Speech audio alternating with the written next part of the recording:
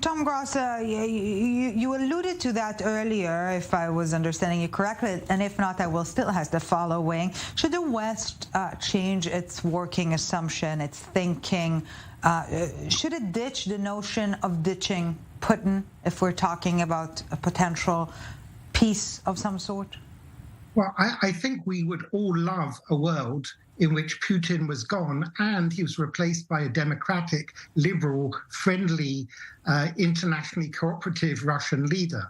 The problem I see is that if Putin goes, and it's a big if, there is a bigger chance that someone worse, someone more hardline, someone more dictatorial, someone who might consider to even use tactical nuclear weapons might come in. Russia does not have a history of democracy. Even in Eastern Europe, countries like Poland and Hungary, Romania and Bulgaria are struggling to make liberal democracies 34 years after the end of communism. So if Putin goes, my question is, what next? I'm all for Putin going, but I'm not quite clear that Russia will suddenly become a more friendly country. And unfortunately, it's a massive country. It has the world's biggest arsenal of nuclear weapons, about 6,000.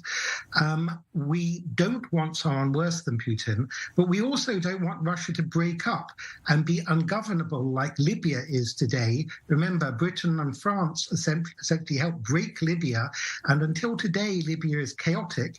And although Stanislav mentioned earlier, and he's right, that Libya is not in the heart of Europe, nevertheless, because the border in Libya is now open, you have millions of people from Africa trying to reach Europe. And as a result, you have kind of quasi-fascistic governments being elected in Italy and Sweden. So Libya does have consequences for Europe.